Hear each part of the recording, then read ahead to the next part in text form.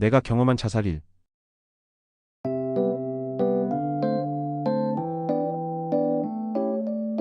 필자의 자살을 통해 발견하는 자살자들의 심리와 자살의 동기에 자살자들의 심리는 쉽게 다룰 수 없는 부분이다. 상담이나 심리를 전공했다는 이들도 자살자들의 심리에 있어서 다소 편협한 시각을 갖고 있다고 생각한다. 그것은 자살자에 대한 선입견이 심각함이라는 관점에서 시작하기 때문이다. 심각한 우울증, 심각한 가정 파탄, 심각한 경제적 곤란, 심각한 환경. 자살자의 심리를 단순히 학문적 지식으로만 이해하기 어렵다는 것은 각 사람이 자살에 대한 충동을 느끼는 환경이 다르기 때문이다. 필자가 중요하게 언급하고자 하는 부분은 심각하지 않은 상태에서도 자살은 평범한 일상처럼 일어날 수도 있기 때문이다. 필자는 21살이던 1983년 자살을 시도한 적이 있다. 흔히 자살하는 사람들은 심각한 이유가 있으리라고 생각. 하지만 나의 자살 시도는 너무나도 평범한 일상 속에서 일어난 일이었다. 그날은 나의 월급날이었다.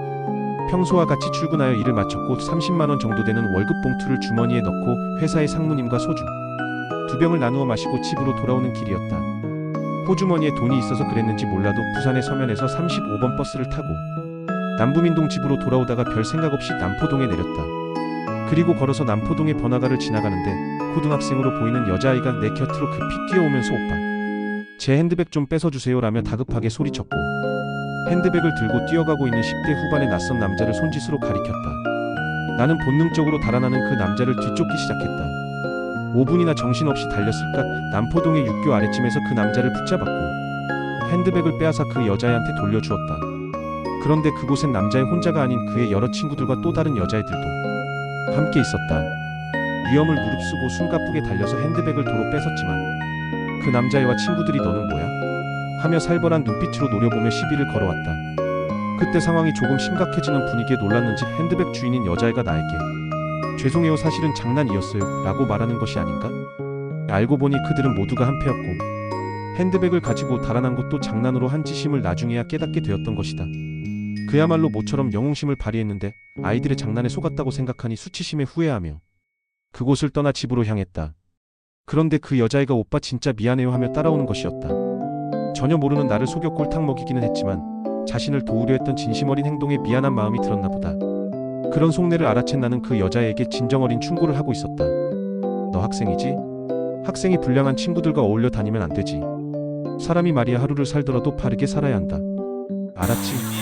하며 호주머니 속에 월급 봉투를 통째로 내어주었다. 이게 뭐예요? 깜짝 놀라는 그 여자에게 그 돈으로 열심히 공부를 해 라며 그곳을 떠나왔다. 불우한 청소년을 도왔다는 생각이었을까?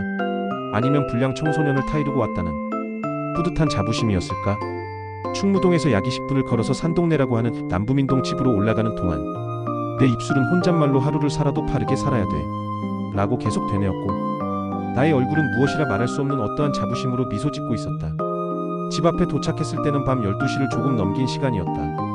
집에 들어가면 부모님으로부터 늦게 들어온다고 꾸중을 들을 것 같기도 하고 술에 취한 채 집에 들어가기도 뭐해서 집 앞 도로에 한 뼘 남짓한 콘크리트 가드레 위에 누워 하늘에 반짝이는 별들을 바라보고 있었다. 이처럼 무한히 펼쳐진 하늘의 별들을 바라보다가 조금만 아래로 시선을 돌리면 남포동 거리에 화려한 불빛이 보였다. 불과 1시간 전에 일어났던 남포동 거리에서의 추격전이 생각났다. 하얀 피부에 예뻤던 여고생의 예상치 못한 거짓말은 충격과 실망감으로 다가왔고 내 귓가에는 정말 죄송해요. 이 돈을 왜 제게 주세요? 감사합니다. 라는 여자의 목소리가 들려오는 듯 했다. 그런데 그 순간 갑자기 무언가 허전한 마음이 들면서 세상을 살아가는 것에 대한 삶의 회의감이 나를 에워싸기 시작했다. 고작 해봐야 20년 정도 살아온 내가 세상의 어두운 민낯을 보면서 모든 것을 다 깨달은 느낌이랄까. 백옥같이 하얀 피부를 가진 예쁜 여고생의 거짓말과 그의 친구들의 행동을 생각하니 사람들에 대한 고상한 기대감이 상실과 배신감으로 다가왔다. 갑자기 허무함이 나를 지배하면서 내 안에 우울한 생각들로 가득 채워지기 시작했다. 밤 12시가 넘도록 나이트클럽에는 사람들로 넘쳐나고 남포동 거리에 수많은 인파들이 오가는 이 세상을 생각하며 나는 이상한 마음을 가졌다.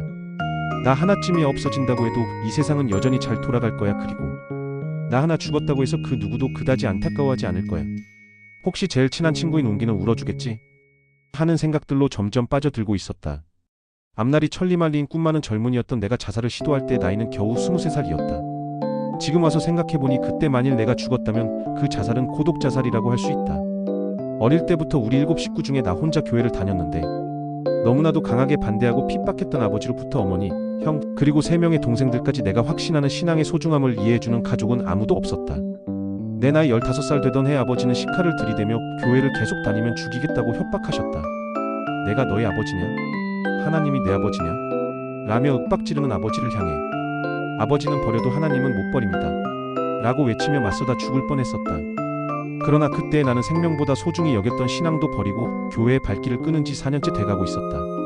그러다 보니 너무나도 정겹던 목사님과 성도님들, 그리고 학생회의 형제, 자매들과의 관계도 단절되어 있었다. 직장에서는 공장장의 직함을 가지고는 있었으나 일에 대해서 별로 만족도가 없었다. 친구들은 고등학교를 졸업하고 대학을 간다는 놈, 군대를 간다는 놈, 직장을 잡아 서울로 간다는 놈 등이 있었고, 그때 나를 찾아오는 친구는 대부분이 팩수들이고, 술이나 한잔 먹고 같이 놀자는 이들이지 인생의 깊은 이야기를 나눌 만한 친구는 없었다. 가족들에게도 나는 불필요한 존재였다. 그 당시를 회상해보면 하루가 멀다 하고, 술에 취해 집에 들어오던 나는 우리 가족들조차도 꺼려하는 존재였던 것이다. 이 세상에 내 편이 아무도 없다고 생각하니 외로움과 허탈감이 밀려왔고, 삶에 대한 회의로 부정적인 생각들이 강하게 다가왔다. 그 순간 아래를 내려다보았다. 깊은 밤 가로등의 불빛조차 미치지 못하네. 그곳은 그 바닥의 끝이 보이지가 않아 그 깊이를 가늠할 수가 없었다. 그때 죽음이 구체적으로 나에게 성큼 다가왔다. 내 몸을 오른쪽으로 굴리면 1m 남짓한 아스팔트 도로 위에 떨어지겠지만, 왼쪽으로 한 바퀴만 굴리면 낭떠러지로 곤두질의 끝을 알 수 없는 바닥에 떨어져 머리가 깨어져 죽을 수 있다는 생각이 들었다. 나는 주저없이 왼쪽으로 몸을 굴렸고 몸은 순식간에 아래로 떨어져 내려갔다.